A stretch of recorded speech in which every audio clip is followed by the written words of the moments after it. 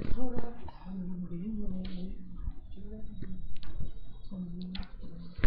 Guys, क्या हाल है भाई?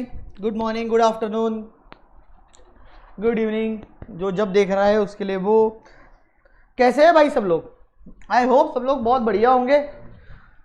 सो भाई आगे बढ़ रहे हैं हमारे इकोनॉमिक्स में। हम लोगों ने लास्ट क्लास में, इफ यू रिमेंबर, सप्लाई वाला जो पार्ट था, सप्लाई का बेसिक पार्ट और उसके बाद में लॉ ऑफ सप्लाई वाला पार्ट, ठीक है, वो दोनों पार्ट्स हमने क्या कर दिए थे लास्ट क्लास में, खत्म कर दिए थे। मतलब हमारा वहाँ पे वो चीज़ क्या हो गई थी, बहुत बढ़िया तरीके से कंप्लीट हो गई थी।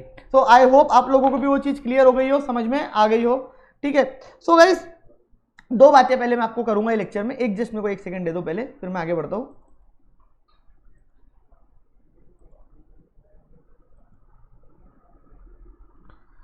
रुक जा भाई, एक मिनट रुक जा।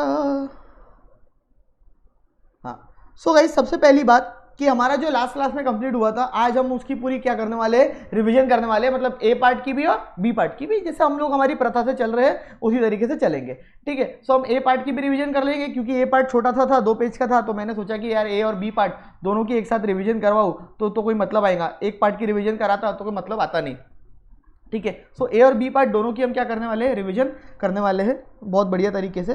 क्लियर? ओके। सो पहली बात। दूसरी बात, नेक्स्ट क्लास में हम लोग इलास्टिसिटी ऑफ डिमांड चालू करेंगे। देखो, हमने डिमांड और सप्लाई दोनों के जो बेसिक्स और law of demand, law of supply ये पढ़ ली, ठीक है। अब हमको इलास्टिसिटी ऑफ डिमांड और इलास्टिसिटी ऑफ सप्लाई हमारा बचा हुआ है, वो हमारे को क्या करना है, पढ़ना है। इसके बाद फिर हमारा ये पूरा यूनिट क्या हो जाएगा, खत्म हो जाएगा। डिमांड फोरकास्टिंग, ठीक है, छोटा मोटा है वो टॉपिक, इतना बड़ा नहीं है, काम का नहीं है, ठीक है। सो उसके बाद हमारा ये पूरा यूनिट क्या हो जाएगा, अगेन खत्म हो जाएगा। अब पॉइंट ये है कि पॉइंट इसमें ये आ जाता है कि जो आप लोग हो, तो आप लोगों को 2-3 चीज़ों में इश्यूज चल रहे थे कि कुछ जो एमसीक्यूज थे उनके आंसर्स प्रॉपर नहीं थे, तो उनके updated answers with updated notes, ठीक है, एमसीक्यूज वाले, ठीक है। जो आंसर्स में शायद वो नंबरिंग में कुछ इश्यू हो गया था, ऊपर नीचे हो गए थे वगैरह वगैरह, जो भी चीज़ें थी, ठीक है, वो मैं इस चैट में इसके अंदर डिस्क्रिप्शन में डाल दे रहा हूँ। आप वहाँ पे जाके वो चीज़ क्या कर सकते हो, ले सकते हो, बिल्कुल वो आपके लिए क्या है, नीचे में अवेलेबल है। इजीली आप वहाँ से क्या कर सकते हो, उसको एक्सेस कर सकते हो। वो मैंने ऑलरेडी डाल दी है, ठीक है, ऑलरेडी वो चीज़ मैंने नीचे प्रोवाइड कर दी, ठीक है। तो वो वहाँ से ले लो। तो बेसिकली एमसीक्यूज तो वही वाले हैं, कुछ भी अलग नहीं है। सिर्फ जो आंसर वाला पेज आपका है, कुछ लोगों को दिक्कत आई थी, तो वो वहाँ से क्या कर सकते हैं, करेक्ट कर सकते हैं, वेरीफाई कर सकते हैं। नए वाले आंसर से वेरीफाई करोगे तो ऑटोमेटिकली डाउट्स भी अपने आप क्या हो जाएंगे, कम हो जाएंगे। तो वो इसके नीचे प्रोवाइड हुए हैं। दूसरी बात, अगर आप अपने इलास्टिसिटी के कुछ लोगों के नोट्स देखोगे, तो मैं कुछ लोगों के बता दूं पहले कि इलास्टिसिटी ऑफ डिमांड हो या इलास्टिसिटी ऑफ सप्लाई हो, उनके नोट्स में कुछ लोगों को जो गए हैं उनमें ये प्रॉब्लम्स है, इस तरीके से फॉर्मूले प्रॉपरली प्रिंट नहीं हुए हैं, ठीक है। जिसको अपडेटेड मिले हैं शाबाश, बट जिसको नहीं मिले हैं, ठीक है, तो उनके लिए ये यहाँ पे देखो, मैंने देखा है कि फॉर्मूले में कुछ टाइपिंग एरर हुई है, तो मेरा ऑलरेडी इस चीज़ के ऊपर ध्यान चले गया था, ठीक है। तो इसके लिए भी ऑलरेडी अगर आप देखोगे डिस्क्रिप्शन में, तो एक नए नोट्स ऑलरेडी, मतलब वही नोट्स है, सेम नोट्स है, वहाँ पे ये चीज़ करेक्ट करके आपको दी गई है, ताकि आपको पढ़ने में कोई दिक्कत ना आ जाए, फॉर्मूले में दिक्कत ना आ जाए। तो इस तरीके से आपको शो हो रहे होंगे, डिमांड की बात भी कर लूँ या मैं सप्लाई की बात भी कर लूँ, तो इस तरीके से शो हो रहे होंगे, बट उसको ठीक करके आप लोगों को नीचे प्रोवाइड कर दिए गए। तो यहाँ से आप डिस्क्रिप्शन से ये दोनों चीज़ें क्या कर सकते हो, डाउनलोड कर सकते हो और आगे पढ़ाई कर सकते हो। क्लियर? ओके। सो अब हम लोग पढ़ने वाले हैं भाई साहब रिवीजन। आई होप आप लोगों ने पढ़ लिया होगा, आई होप आप लोगों ने पढ़ लिया होगा, ठीक है। तो रिवीजन करने में मजा आएगा, नहीं तो फिर वही सर बकबक करते चलेंगे, तुम कुछ पढ़ोगे नहीं, ठीक है। सबसे पहले हमने चालू करे थे सप्लाई का बेसिक हमने चालू करे थे with the help of demand. हमने बोले थे कि भाई डिमांड में हमको 3 चीजें देखनी पड़ती थी, desire plus ability plus willingness. Supply में भी हमको ऑलमोस्ट वही चीजें देखनी पड़ती है कि जो सप्लायर है वहां पे हम कंज्यूमर के एंगल से सोचते थे, यहाँ पे मैं रिविजन करवा रहा हूँ, ठीक है। यहाँ पे हम किसके एंगल से सोचेंगे, यहाँ पे हम सोचेंगे, भूल गया मैं, यहाँ पे हम किसके एंगल से सोचेंगे, प्रोड्यूसर के एंगल से सोचेंगे। आपने लास्ट में देखे थे कि वहां पे हम किसके एंगल से सोच रहे थे, सप्लायर कंज्यूमर के एंगल से, और सप्लाई में हमने किसके एंगल से सोचना है, प्रोड्यूसर से, सप्लायर के एंगल से। वहां पे हमारा इंटेंशन होता था कि भाई हमको क्या चाहिए, हमको चाहिए वहां पे कंज्यूमर सेटिस्फैक्शन, कंज्यूमर क्या हो जाए, सेटिस्फाई हो जाए, उसको कम से कम भाव में अच्छे से अच्छी चीजें मिल जाए, ये वहां पे इंटेंशन हुआ करता था। But in case of supply की अगर अब मैं बात करूं, तो सप्लाई के केस में हमारा इंटेंशन बहुत सिंपल होने वाला है, और वो सिंपल ये कि भाई हमको प्रॉफिट ज्यादा चाहिए। Supplier always interested in more and more profits, so always supplier is try कि भाई उसको क्या मिले, ज्यादा से ज्यादा प्रॉफिट्स अवेलेबल हो, ज्यादा से ज्यादा प्रॉफिट उसको मिले। क्लियर होगी बात. So supply refers to the quantity of goods और services that producers are willing and able to offer at to the market at various prices, to the various prices. Got it? Okay. So अब अगर मैं बात करता हूँ various prices. सो अब मैं अगर बात करता हूँ कि प्रोड्यूसर के एंगल से सोचना है तो हम लोगों को यहाँ पे ये चीज सोचना चाहिए कि भाई जो क्या प्रोड्यूसर एबल है उतने सप्लाई करने के लिए, उतने रिसोर्सेज सप्लाई करने के लिए, क्या प्रोड्यूसर विलिंग है वो प्राइस में सप्लाई करने के लिए जो मार्केट में प्रिवेल कर रही है. सो अगर willingness of producer and ability of producer है at a particular period of time at a particular price, always remember that thing कि सप्लाई के केस में भी आपको क्वांटिटी, प्राइस और टाइम ये बहुत ज्यादा इंपॉर्टेंट हो जाता है. आप always supply in connection with the price, time and quantity ये बोलते हो, ठीक है, कि फॉर ये क्वांटिटी हम सप्लाई करने को तैयार है for a particular period. 10 kilo आलू हम सप्लाई करने को तैयार है for a week at a price of 50 rupees per KG. तो 50 rupees is a price, 10 rupees 50 rupees is a price, 10 is a quantity and 1 week is a period. तो always remember दो चीजें, पहली विलिंगनेस ऑफ सप्लायर एंड दूसरी ability, and उसके अलावा price, time and quantity in context with the supply, ये होना जरूरी है, कंपलसरी है. उसके बाद हमने बात करते हैं कि भाई सप्लाई जो होता है वो फ्लो कंसेप्ट है. Supply is a flow. Flow मतलब आप सप्लाई को एक पर्टिकुलर दिन के लिए बता के छोड़ नहीं देते, बस हो गया खत्म, ऐसा नहीं होता है, ठीक है. आप पर्टिकुलर पीरियड से रिलेटेड रखते हो और सप्लाई इस तरीके से चलते जाता है. ये वीक में हमने इतना सप्लाई करा, नेक्स्ट में हम इतना करेंगे, फिर इतना करेंगे, फिर इतना करेंगे, मतलब ये साल भर चलते रहता है. ऐसा नहीं है कि स्टॉक की तरह स्टैटिक हो जाए. स्टॉक मतलब क्या होता है, आज के दिन में, आज के समय में मेरे पास कितना माल है, that is called as stock. वो स्टैटिक है. बस सप्लाई आप ऐसा नहीं बोलते हो, आप बोलते हो कि मैंने एक साल में, एक महीने में, एक हफ्ते में, एक 15 दिन में, इतना इतना पीरियड में इतना इतना माल क्या करा, सप्लाई करा. तो आप इस तरीके से उसको क्या बोलते हो, सप्लाई. इसीलिए सप्लाई को क्या बोला जाता है, फ्लो कंसेप्ट. क्या बोला जाता है, फ्लो कंसेप्ट. वापस से स्टॉक को बोला जाता है स्टैटिक कंसेप्ट, ठीक है. वो एक दिन, एक पर्टिकुलर समय के अंदर बताया जाता है कि इस पर्टिकुलर समय में मेरे पास इतना स्टॉक है, आगे बढ़ भी सकता है, कम भी हो सकता है, ठीक है. उसको स्टॉक उस एंगल में बोला जाता है, ठीक है. तो ये पर्टिकुलर पीरियड के लिए बोला जाता है. तो supply is a flow concept. अच्छा, दूसरी अगर हम बात करो स्टॉक और सप्लाई की, तो स्टॉक और सप्लाई में कुछ डिफरेंस है. हमने बात कर रहे थे स्टॉक की, तो स्टॉक का मतलब होता है available for sale. Available for sale का मतलब can be bought into the market. अभी तक लाया नहीं, हम ला सकते हैं, ठीक है. अभी लाया नहीं है, हमारे गोदाम में, हमारे पास अंदर कहीं तो भी पड़ा हुआ है, can be bought into the market, but अभी हमने लाया नहीं है, that is called as stock. Supply की अगर मैं बात करूं तो सप्लाई मतलब होता है offer for sale. Offer for sale का मतलब होता है actually bought into the market. भाई मैं इतना ऑफर कर रहा हूं लोगों को कि आओ और मेरे से ले लो, ठीक है. तो दैट इज मैं ऑफर कर रहा हूं लोगों को कि भाई आओ और इतना माल मेरे से क्या कर लो, ले लो, that is called as actually bought into the market. Clear? Okay. So that is stock and supply. दूसरी अगर मैं बात करूं फैक्टर्स डिटरमाइनिंग सप्लाई, फिर हम आगे बढ़े थे, हमने बात करी थे फैक्टर्स डिटरमाइनिंग सप्लाई की. अब सर फैक्टर्स डिटरमाइनिंग सप्लाई क्या थे, तो मैंने आपको दो बार इसको रिवाइज भी करवाया है, वापस से करवा देता हूं. फैक्टर्स डिटरमाइनिंग सप्लाई, या इसको दूसरा वर्ड बोला जा सकता है determinants of supply.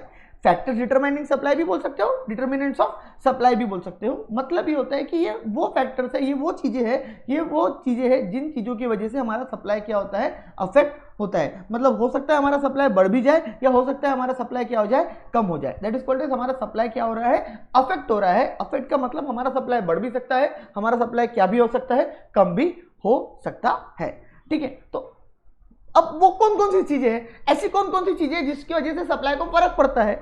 It is just like आपको किन किन लोगों से, किस किस की वजह से फर्क पड़ता है, मतलब किस किस के रोने से आपको फर्क पड़ता है, किस किस के हंसने से, खुश होने से आपको फर्क पड़ता है. तो that are the factors of your life और this are the factors of supply, ठीक है. जो फैक्टर सप्लाई को क्या करते हैं, अफेक्ट करते हैं, ठीक है. So price of a commodity सबसे इंपॉर्टेंट फैक्टर, सबसे बड़ी बात जो मेन रोल प्ले करता है. दैट मीन्स कि प्राइस अगर चेंज हो रही है तो उसको उसमें से सप्लाई को भी फर्क पड़ेगा.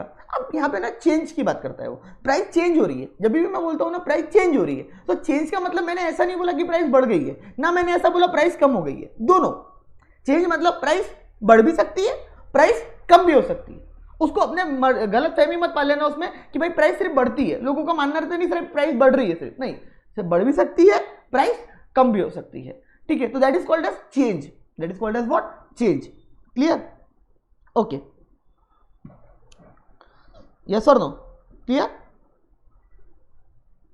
सो प्राइस चेंज होने का मतलब प्राइस कम हो रही है तो सप्लाई बढ़ रहा है. क्यों? क्योंकि प्राइस के कम होने से, मेरे साथ रिपीट करो अब तुम लोग, अब नहीं बताऊंगा मैं, प्राइस के कम होने से प्रॉफिट कम होता है, प्राइस के कम होने से प्रॉफिट कम होता है, प्रॉफिट के कम होने से सप्लाई भी कम होगा, प्राइस के बढ़ने से प्रॉफिट बढ़ता है, प्रॉफिट के बढ़ने से सप्लाई भी प्रोड्यूसर बढ़ाएगा। तो there is a direct relationship in case of price and supply. Price और सप्लाई में क्या होती है? डायरेक्ट रिलेशनशिप होती है। Higher the price, higher will be the profit, higher will be the supply, lower will be the price, lower will be the profit, lower will be the supply. Price of related commodities, in case में inverse relationship होता है, मतलब producer supplier के पास option है वो ये product ना बनाते हुए कोई और प्रोडक्ट बनाए। क्यों? क्योंकि भाई उसको लग रहा है कि वो प्रोडक्ट की प्राइस बहुत ज्यादा बढ़ रही है और मेरे प्रोडक्ट की प्राइस तो कांस्टेंट है, तो मेरे लिए वो अच्छा है कि मैं अगर वो प्रोडक्ट बनाऊंगा तो वहां पे मेरे को ज्यादा प्रॉफिट होगा। सो प्रोड्यूसर क्या होगा? प्रोड्यूसर उधर डाइवर्ट हो जाएगा, प्रोड्यूसर बोलेगा मैं उधर जाता, भाई मैं जाऊंगा उधर, मैं नहीं रहूंगा यहाँ पे, ठीक है, मेरे को नहीं बनाना ये, मैं तो वही बनाऊंगा। ठीक है भाई, तो वो बना ले। तो प्रोड्यूसर जो है वो प्रोडक्ट क्या करेगा? बनाएगा। क्लियर होगी बात? तो price of related goods, price of related commodities, price of related commodities का मतलब समझ में आया पूरा? प्राइस ऑफ रिलेटेड कमोडिटीज का मतलब हो गया कि भाई मेरे पास ऑप्शन है, मैं माउस की जगह मोबाइल बेचूं, ठीक है, क्यों? क्योंकि मेरे माउस में प्राइस में कोई कमी नहीं आई है ना बढ़ी है, प्राइस सेम है, बट जो मेरा मोबाइल है वो मोबाइल की प्राइसेस क्या हो रही है? बढ़ रही है। तो मेरा इंटरेस्ट, मेरी चीजें क्या हो रही है? शिफ्ट हो रही है। खेती बाड़ी में ये चीजें बहुत होती है कि मैं सोयाबीन नहीं उगाता, गेहूं उगाता, कपास नहीं उगाता, गेहूं उगाता। क्यों भाई? गेहूं में प्राइसेस बहुत बढ़ रही है, सोयाबीन और कपास की प्राइस सेम है, तो मैं वो नहीं उगाते हुए ये उगाता, इसकी खेती करता। तो दैट इज द पॉइंट, ठीक है। तो समटाइम्स या wherever price of related commodity जो है वो अगर बढ़ रही है तो उसके बढ़ने से, प्राइस ऑफ रिलेटेड कमोडिटीज अगर क्या हो रही है? बढ़ रही है, तो उसके बढ़ने से हम हमारे करंट वाले प्रोडक्ट का सप्लाई कम कर देते हैं, और प्राइस ऑफ रिलेटेड कमोडिटीज अगर कम हो रही है तो हम अपने करंट वाले प्रोडक्ट का सप्लाई क्या कर देते हैं? बढ़ा देते हैं, क्योंकि भाई अब उसमें इंटरेस्ट हमारा नहीं रहा, अब हम अपने करंट वाले प्रोडक्ट का सप्लाई बढ़ा देंगे। क्लियर? तो there is a inverse relationship in that case, ठीक है। तो prices of factors of production, prices of factors of production का मतलब क्या हो गया भाई? कॉस्ट ऑफ प्रोडक्शन, मतलब 4 फैक्टर्स होते हैं, land, labour, capital, entrepreneur. Land के ऊपर लगने वाला रेंट, लेबर को वेजेस देते हैं, कैपिटल के ऊपर हम इंटरेस्ट पे करते हैं, एंड लास्ट इज एंटरप्राइज जो कि प्रॉफिट के लिए काम करती है, ठीक है। तो इनको एक साथ factor cost, factor price, price of factors of production, cost of production, ये सब आप बोल सकते हैं। मैंने हाथ का एक मूवमेंट बताया था कि मेरी सेल प्राइस तो सेम रहेंगी, बट अगर मेरी कॉस्ट ऑफ प्रोडक्शन जो है वो कम हो जाएंगी तो मेरा प्रॉफिट क्या हो जाएगा? बढ़ जाएगा। और मेरा प्रॉफिट बढ़ने से मैं सप्लाई बढ़ा दूंगा। मेरी कॉस्ट ऑफ प्रोडक्शन अगर बढ़ जाती है तो मेरा प्रॉफिट कम हो जाएगा, प्रॉफिट कम होने से मेरा प्रोडक्शन, प्रॉफिट कम होने से मैं मेरा क्या हो रहा था मैं, हाँ, प्रॉफिट कम होने से मैं क्या कर दूंगा? सप्लाई कम कर दूंगा। क्लियर? तो ये सारी बातें हम ऑलरेडी कर चुके हैं। तो that is also inverse relationship. Next आता है स्टेटेड ऑफ टेक्नोलॉजी। अगर आप आउटडेटेड टेक्नोलॉजी यूज कर रहे हैं तो आउटडेटेड टेक्नोलॉजी के केस में प्रोडक्शन ज़्यादा नहीं होता है। क्या ज़्यादा होता है? प्रोडक्शन ज़्यादा नहीं होता है। प्रोडक्शन ज़्यादा नहीं होता है तो सप्लाई भी कम होता है। अपडेटेड टेक्नोलॉजी है, करंट वाली टेक्नोलॉजी है, तो प्रोडक्शन भी ज़्यादा होगा, कॉस्ट भी कम लगेंगी, क्योंकि ज़्यादा प्रोडक्शन एक साथ हो रहा है, सो आप ज़्यादा सप्लाई कर पाओगे। सो देखो, बहुत सिंपल पॉइंट है कि अगर अपडेटेड टेक्नोलॉजी है तो कॉस्ट भी कम लगती है, तो प्रॉफिट ज़्यादा हो जाएगा। सेल प्राइस तो वही रहेंगी, कॉस्ट कम लगेंगी तो प्रॉफिट भी ज़्यादा हो जाएगा। आउटडेटेड टेक्नोलॉजी है तो प्रॉफिट भी कम होगा क्योंकि कॉस्ट ज़्यादा लगेंगी, इसलिए आप सप्लाई भी क्या कर दोगे? कम कर दोगे। नेक्स्ट आती है आपकी गवर्नमेंट पॉलिसी। अभी गवर्नमेंट पॉलिसी का मतलब क्या है? तो गवर्नमेंट पॉलिसी की अगर मैं बात करूं तो गवर्नमेंट ने अगर फेवर में पॉलिसी रखी है तो सप्लाई बढ़ा दोगे, अगेंस्ट में रखी है तो कम कर दोगे। गवर्नमेंट ने टैक्सेस लॉन्च कर दिए, तुम बोलोगे मेरे को नहीं करना माल, मेरे को नहीं बेचना, मैं नहीं माल बेचूंगा। क्यों? क्योंकि गवर्नमेंट ने टैक्सेस बढ़ा दिए, टैक्सेस बढ़ाने से मेरी प्रॉफिट के ऊपर इंपैक्ट पड़ रहा है। और जब जब जो समय जब जब किसके प्रॉफिट पे फर्क पड़ेगा? सप्लायर के प्रॉफिट पे फर्क पड़ेगा। सप्लायर उस समय उस टाइम अपना सेल क्या कर देगा? सप्लाई क्या कर देगा? कम कर देगा। अगर उसको प्रॉफिट कम हो रहा है, बढ़ रहा है प्रॉफिट, तो वो ऑलवेज क्या करेगा? उसमें सप्लाई बढ़ा देगा। ये बात। फिर नेचुरल फैक्टर्स, अदर फैक्टर्स, आपको ही पता है कि बारिश ज़्यादा हुई तो सप्लाई ज़्यादा होगा, बारिश कम हुई तो सप्लाई कम होगा। अदर फैक्टर्स भी डिपेंड करते हैं इन चीज़ों पर। नेक्स्ट आ जाता है पार्ट आपका ला ऑफ सप्लाई का। बिल्कुल same, as it is same. यहाँ पे लॉ ऑफ सप्लाई की अगर हमने बात करें तो अगर आपको याद आ रहा होगा तो ये भी वो बोलता है जो लॉ ऑफ डिमांड बोलता था कि अदर थिंग्स बीन इक्वल, बाकी चीज़ों को हम कांस्टेंट मानते हैं जो कि असम्पशंस माने जाएंगे, other things been equal, but price of a commodity अगर बढ़ती है तो सप्लाई भी हम बढ़ा देंगे, प्राइस ऑफ अ कमोडिटी कम होती है तो सप्लाई भी हम कम कर देंगे। वहाँ पे बोलता था प्राइस ऑफ अ कमोडिटी अगर बढ़ती है तो सब डिमांड हम कम कर देंगे, प्राइस ऑफ अ कमोडिटी अगर कम होती है तो डिमांड बढ़ जाएगी। यहाँ पे उल्टा, मतलब पॉजिटिव रिलेशनशिप, डायरेक्ट रिलेशनशिप की बात करता है, और बाकी कोई फैक्टर को लॉ ऑफ सप्लाई कंसीडर नहीं करता है। लॉ ऑफ सप्लाई सिंपली से है भाई बाकी cost of production, factors of technology, state of technology, ये टेक्नोलॉजी वो टेक्नोलॉजी, सब कुछ रिमेन्स कांस्टेंट, सब कुछ रिमेन्स कांस्टेंट। समझ में आ रही बात? सब कुछ remains what? Constant. Okay,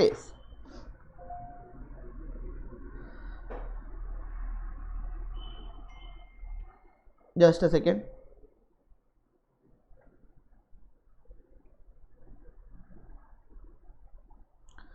clear? उसके बाद अगर मैं बात करूं तो there is a direct relationship in this case. उसके बाद supply schedule, supply curve, supply schedule और सप्लाई कर्व। अब सप्लाई शेड्यूल की अगर मैं बात करूं तो at various prices, different prices, ठीक है, व्हाट डिफरेंट क्वांटिटीज आप सप्लाई कर सकते हो, that is called as supply schedule in a tabular form. अगर आप उसको ग्राफिकल फॉर्म में दिखाते हो तो ग्राफिकल फॉर्म में उसको क्या बोला जाता है? Supply curve. तो हमने यहाँ पे देखे थे कि भाई अगर प्राइसेस बढ़ रही है, अगर सीधा देखोगे आप तो प्राइसेस बढ़ रही है तो डिमांड सप्लाई बढ़ रहा है। उल्टा अगर जाओगे नीचे से ऊपर तो प्राइसेस कम हो रही है तो सप्लाई भी क्या हो रहा है? कम हो रहा है। तो there is a direct relationship. मैंने आपको एक चीज सिखाई थी ग्राफ में कि whenever there is a direct relationship, though the curve will be always upward sloping. See, try to understand. If we compare demand and supply, so in the case of demand, there is an inverse relationship between price और demand. ठीक है, देखो जब भी आपको law of supply की curve बनाने की बात करी जाए ना, तो आपको ये चीज याद रखना है कि लॉ ऑफ सप्लाई मतलब प्राइस की वजह से ही हो रहा है। तो प्राइस की और सप्लाई ही वहाँ पे दो फैक्टर्स होते हैं लॉ ऑफ सप्लाई में। सेम लॉ ऑफ डिमांड बोला जाए तो वहाँ पे प्राइस और डिमांड ही दो फैक्टर्स होते हैं। सो आपको ये देखना है कि दोनों के बीच में रिलेशनशिप कैसा है। अगर रिलेशनशिप इनवर्स है, तो इनवर्स रिलेशनशिप है तो downward curve from left to right ही होगा, बट डाउनवर्ड होगा। अगर डायरेक्ट रिलेशनशिप है तो अपवर्ड कर्व होगा फ्रॉम नीचे से ऊपर तक। Got it? तो अगर क्या है डायरेक्ट रिलेशनशिप है तो the curve will be upward sloping from left to right, नीचे से ऊपर तक left to right upward sloping, नीचे से लेफ्ट टू राइट ऊपर तक अपवर्ड स्लोपिंग रहेगा। क्लियर? ओके, नेक्स्ट आ जाता है features of the supply curve. Features of supply curve, the supply curve will be always slope down upward. Why? Because there is a direct relationship. Paper में पूछ लिया why, तो there is a direct relationship between price and demand, price and supply. That's it. Always it is a positive slope. Why it is positively sloped? मैंने आपको भी चीज सिखाई थी कि भाई दो ही बात हो सकती है, या तो नेगेटिव स्लोप लूंगा या तो पॉजिटिवली स्लोप लूंगा। एंड व्हेनेवर दोनों सेम डायरेक्शन में जा रहे हैं, मतलब या तो दोनों बढ़ रहे हैं या तो दोनों कम हो रहे हैं, व्हेनेवर दोनों सेम डायरेक्शन में अगर जा रहे हैं, so the slope is always positive. Because या तो दोनों प्लस प्लस होंगे तो प्लस प्लस प्लस, या तो दोनों माइनस माइनस होंगे तो माइनस माइनस प्लस, या तो एक प्लस होगा एक माइनस होगा, एक माइनस होगा एक प्लस होगा, तो plus minus minus minus plus minus. ठीक है, तो if inverse relationship the slope is always negative, और if direct relationship the slope is always positive, the slope is always positive. Got it? Okay, clear? Okay okay, so ये हमने कल पढ़े थे। एक second, just give me a second. Okay, अब next point आ जाता है। तो in case of demand there is a negative slope, मैं साथ साथ में वो भी बता रहा हूं बार बार, ठीक है, क्योंकि अब ना ये चैप्टर होने के बाद, इसके बाद जो चैप्टर रहेगा, ठीक है, ये जो चैप्टर होने के बाद मेरा, ये जो चैप्टर रहेगा मेरा, ठीक है, सप्लाई और इलास्टिसिटी होने के बाद मैं फिर डिमांड और सप्लाई के ऊपर हाथ देखूंगा नहीं पीछे। तुमको लगता है कभी भी तो तुम ये लेक्चर जो रिवीजन वाले हैं इसको बार बार क्या कर सकते हो, रिवाइज कर सकते हो, क्योंकि यार फिर उसके बाद ना कॉस्ट और प्रोडक्शन और मार्केट, ये चैप्टर अपने आप में एक अलग पार्ट है, छोटे लेकिन ना उसमें टाइम बहुत लगता है पढ़ाने में, तो मैं फिर पीछे मुड़ के नहीं देखूंगा। मैंने बहुत डिटेल में बहुत धीरे धीरे पढ़ा है, आपने खुद देखी ये चीज़, ठीक है, तो मैं पीछे मुड़ के इसमें नहीं देखूंगा, तो इसलिए मैं यहाँ पे बार बार रिवाइज भी करा रहा हूँ। हम बाद में फिर आखिरी में रिवीजन करेंगे, लेकिन फिर कंप्लीट होने के बाद देखेंगे। बट आप लोगों को अगर बार में लगता है कि मेरे कुछ भूल रहा हूँ, आपको याद नहीं आ रहा है, तो ये जो रिवीजन लेक्चर स्पेसिफिकली रहते हैं हर चैप्टर के बाद, ठीक है, आप इसको जाके बिल्कुल रेफर कर सकते हो। इसके अंदर ईच एंड एवरीथिंग मैं जो पढ़ाता हूँ वही रिवाइज कर रहा हूँ, तो ताकि आपको इसमें क्या मिले, बहुत ज़्यादा हेल्प मिल जाए। क्लियर बात? Okay okay okay, so supply curve is always positively sloped. Supply curve may be sometimes a straight line और sometimes a free hand curve. Supply curve जो है वो straight line भी हो सकता है, supply curve free hand curve भी हो सकता है। straight line मैंने आपको याद होंगे तो बताया था कि जैसे प्राइस 10 से बढ़ रही है, फिर 10 से बढ़ रही है, फिर 10 से बढ़ रही है, फिर 10 से बढ़ रही है, सप्लाई भी जो है 50 से बढ़ रहा है, ठीक है, मतलब इक्वल लेवल पे दोनों चीज़ें क्या हो रही है, बढ़ती जा रही है या कम होती जा रही है। तो उस केस में आपका जो सप्लाई कर्व रहता है, सप्लाई रहता है, वो क्या रहेगा, इक्वल रहेगा। क्लियर? स्ट्रेट लाइन रहेगा। और अगर मान लो फ्री हैंड कब रहता है, जब 10 से प्राइस बढ़ रही है, सप्लाई 15 से बढ़ रहा है, फिर प्राइस 8 से बढ़ रही है, सप्लाई 20 से बढ़ रहा है, मतलब उसके अंदर दोनों में सिमिलर चीजें नहीं रहेंगी। मतलब जितने ऐसा प्राइस जितने परसेंट से बढ़ रही है उतने परसेंट से सप्लाई नहीं बढ़ रहा है, उससे ऊपर नीचे वाले परसेंट से बढ़ रहा है, तो फिर उस केस में कर्व जो रहेगा वो फ्री हैंड कर्व रहेगा। मतलब ऐसा कभी जाएगा, कभी इधर जाएगा, कभी इधर जाएगा, रहेगा ऐसा ही, मतलब एकदम स्ट्रेट लाइन नहीं रहेगा। स्ट्रेट लाइन तभी हो सकता है जब वो दोनों इक्वली परसेंटेज से बढ़ रहे हो तब, अदरवाइज नहीं। लॉ ऑफ सप्लाई आपको मालूम है क्या एक्सप्लेन करता है, क्या डिस्क्राइब करता है कि प्राइस और सप्लाई में डायरेक्ट रिलेशनशिप है। अच्छा, इंडिविजुअल सप्लाई मतलब एक प्रोडक्ट अगर एक कंज्यूमर एक प्रोडक्ट अगर एक प्रोड्यूसर सप्लाई कर रहा है, that is called as individual supply. When वही single product a mouse is supplied by a supplier is individual supply, a mouse is supplied by group of supplier, multiple supplier, so that is called as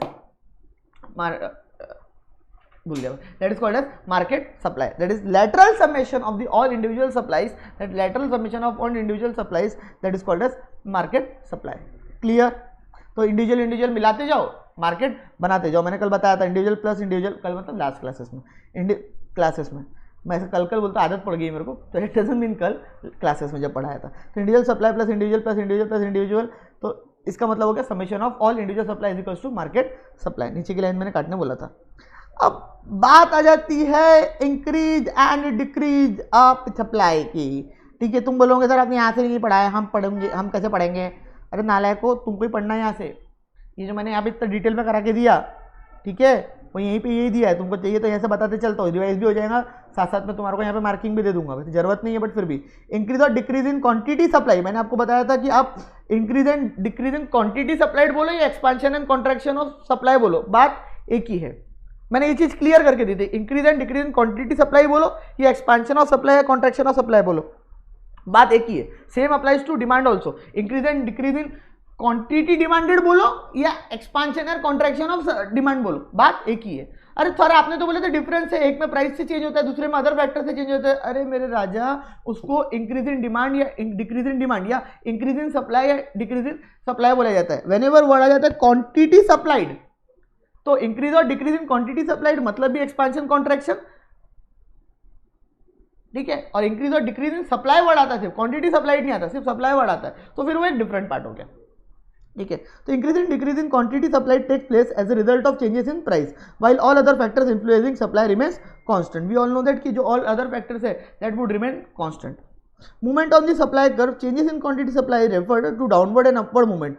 जो quantity supplied में changes होते हैं तो उसमें downward या upward movement होता है। You always remember that point कि भाई पहले सप्लाई मेरा यहाँ था, मेरी प्राइस बढ़ी, प्राइस बढ़ने से मेरी क्वांटिटी भी क्या हो गई, बढ़ गई। तो पहले मेरी क्वांटिटी OQ थी, अब मेरी क्वांटिटी Q1 P1 हो गई। पहले मेरी क्वांटिटी PQ थी, सॉरी PQ थी, अब PQ से मेरी क्या हो गई,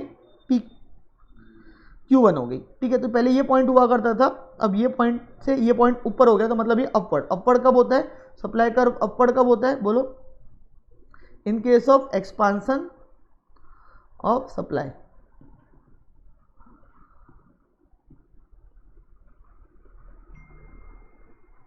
इसको अगर रट्टेबाजियों के लिए बताना है तो उनके लिए बता सकता हूं मैं। तुमको याद होगा वो टाइम जब तुमने सप्लाई डिमांड पढ़े थे, तो डिमांड में क्या था, डाउनवर्ड था कर्व, इसमें उल्टा हो जाएगा अपवर्ड। डिमांड में जहां अपवर्ड था यहाँ पे वो डाउनवर्ड हो जाएगा, मतलब ऐसा याद रख सकते हैं आप। रट्टे वालों के लिए तो जीवन मतलब एकदम आसान हो गया है, इतना आसान कुछ है ही नहीं सर, ठीक है। और अगर कॉन्ट्रैक्शन की बात करूँ तो डाउनवर्ड की तरफ ट्रेंड है भाई, ओके। तो अगर मैं इसकी बात करूँगा तो contraction of supply,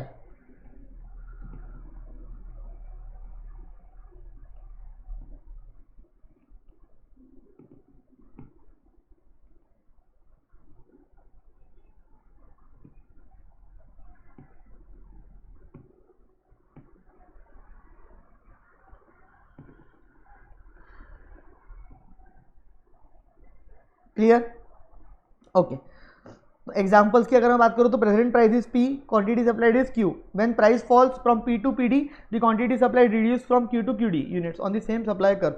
similarly when the price rises from P to P1, the quantity supplied rises from Q to Q1 on the same supply curve. वही जो मैंने चीज आपको एक्सप्लेन करी। इंक्रीज इन क्वांटिटी सप्लाइड की अगर आप बात कर रहे हो तो वहां पे क्वांटिटी सप्लाइड इंक्रीज होती है ड्यू टू प्राइस, और उसमें अपवर्ड मूवमेंट होता है। डिक्रीजिंग की बात कर रहे हैं तो वहाँ पे क्वांटिटी सप्लाई जो है वो क्या होती है, डिक्रीज होती है ड्यू टू अगेन प्राइस, वहाँ पे डाउनवर्ड मूवमेंट होता है। यहाँ पे वर्ड पढ़ लो, increase and decrease in supply लिखा हुआ है। यहाँ पे आपको अगर पढ़े होंगे आपने तो increase and decrease in quantity supplied बोला हुआ है, तो मैंने इसको नीचे लिखा के भी दिया था कि that is expansion and contraction of supply. तो भाई कंफ्यूज मत होना, मैं बता रहा हूँ बार बार, कंफ्यूज मत होना पेपर में जाके। बच्चे मालूम नहीं क्यों कंफ्यूज हो जाते हैं वहाँ पे जाके, और वहाँ जाके ब्लंडर करके आते फिर। और increase in decrease in supply क्यों होता है, क्योंकि ड्यू टू अदर थिंग्स, मतलब हो सकता है कॉस्ट ऑफ प्रोडक्शन कम होगी, हो सकता है स्टेट ऑफ टेक्नोलॉजी चेंज होगी, हो सकता है नेचुरल फैक्टर्स में फर्क पड़ा हो सकता है कि price of related commodities change हुई हो, तो इन वजह से। But the price of that particular commodity, जिस कमोडिटी की आप बात कर रहे हो उसकी प्राइस कांस्टेंट है। देखो प्राइस ऑफ रिलेटेड कमोडिटीज और प्राइस ऑफ वो कमोडिटी में फर्क है। प्राइस ऑफ रिलेटेड कमोडिटी मतलब दूसरी कमोडिटी की भाव, उसकी वजह से हमारी कमोडिटी में फर्क पड़ा है। प्राइस ऑफ कमोडिटी का मतलब हो गया हमारी कमोडिटी की प्राइस। सो यहाँ पे हमारी कमोडिटी की प्राइस चेंज नहीं होती है, दैट रिमेन्स कांस्टेंट। बट जो दूसरी कमोडिटीज है उस कमोडिटीज का क्या होता है, उसकी वजह से फर्क पड़ता है। Clear? So increase and decrease in supply takes place as a result of changes in factors other than price, while price remains constant. जो प्राइसेस है वो क्या है, कांस्टेंट रहेंगी। एक सेकेंड,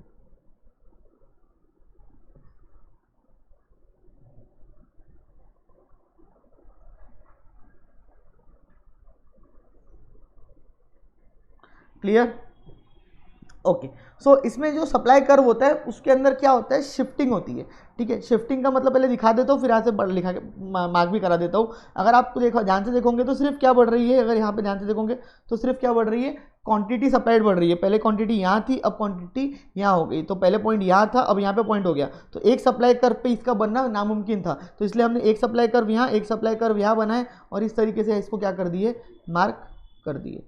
इस तरीके से इसको क्या कर दिया हमने, मार्क कर दिए। क्लियर? तो ये क्या हो गया, सप्लाई राइटवर्ड हो गया। ये सप्लाई क्या हो गया, सप्लाई क्या हो गया, राइटवर्ड हो गया। राइटवर्ड का मतलब लेफ्ट टू राइट। ठीक है, मतलब इधर की तरफ जा रहा है। ऑलवेज रिमेंबर, बढ़ता इधर की तरफ है और कम होता इधर की तरफ है। मतलब राइट की तरफ बढ़ेगा, लेफ्ट की तरफ कम होगा। तो पेपर में अगर भूल भी जाओ तो कॉमन सेंस पे बेस्ड है कि आप सिंपल एक ग्राफ बना के देख लो और उसमें आपको मालूम पड़ जाएगा कि बढ़ता किधर है, कम किधर होता है। ठीक है, तो पेपर में अगर आप भूल भी जाते हो तो इस तरीके से बना के देख लो, बढ़ेगा इस तरफ तो मतलब इधर से इधर को क्या बोलेंगे, लेफ्ट टू राइट, इधर से इधर को क्या बोलेंगे, राइट टू लेफ्ट। तो इंक्रीज होता है लेफ्ट टू राइट और डिक्रीज होता है right to left. Clear? Yes और नो? क्लियर? तो यहाँ पे भी अगर आप देखोगे तो इंक्रीजिंग सप्लाई की केस की अगर मैं बात कर रहा हूँ तो उस केस में क्या होता है, ये सारी रीजंस की वजह से प्राइसेस क्या होती है, change. Price in the related commodity reduction हो रहा है, reduction in cost of production, invention innovation, subsidies by government provide करी जा रही है, तो हमको अच्छा लग रहा है तो हम उसकी वजह से सप्लाई क्या कर रहे हैं, बढ़ा रहे हैं, क्योंकि हमारा प्रॉफिट बढ़ रहा है। और इसके वजह से इफेक्ट क्या पड़ता है कि राइटवर्ड शिफ्ट हो रहा है सप्लाई कर्व में। ठीक है, अगर मैं इधर की बात करूँ डिक्रीज इन सप्लाई की, तो डिक्रीज इन सप्लाई की अगर मैं बात कर रहा हूँ,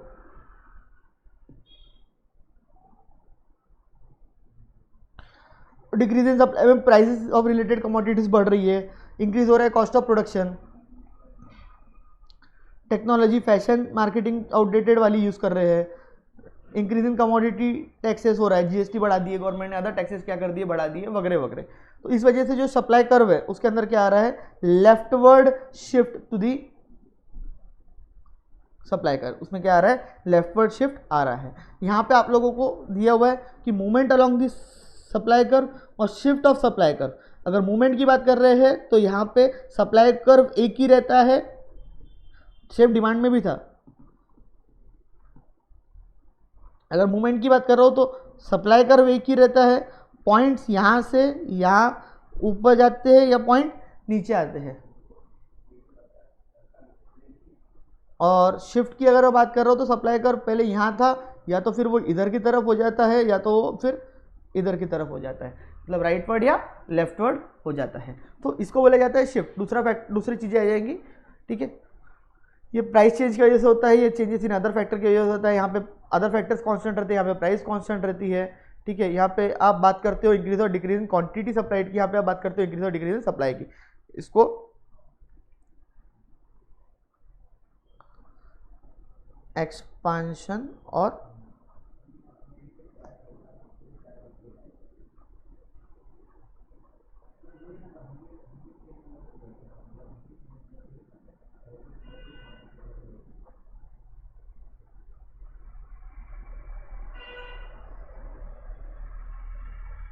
और सप्लाई भी बोला जाता है। ठीक है, ओके। सो मिलते हैं फिर नेक्स्ट लेक्चर में। Till then thank you so much. खत्म हो गया, इलास्टिसिटी चालू करते हैं नेक्स्ट लेक्चर से। अच्छा लगा तो लाइक शेयर कमेंट करो यार। आजकल देख रहा हूँ मैं तुम्हारा पढ़ने में कम इंटरेस्ट आ रहा है, ऐसा मत करो भाई, पेपर आ रहे हैं, पढ़ाई पे ध्यान दो। मिलते हैं नेक्स्ट लेक्चर्स में। Thank you so much. Till then thank you so much. Bye bye bye bye. अच्छा बट रिवाइज कर लेना, क्योंकि फिर इलास्टिसिटी के बाद मैं ये इसमें वापस नहीं आने वाला हूँ, पहले ही बता दे रहा हूँ अच्छे से। बाद में ये बोलूँगी कि सर आपने बताया नहीं था। Okay bye bye guys, bye bye bye bye bye.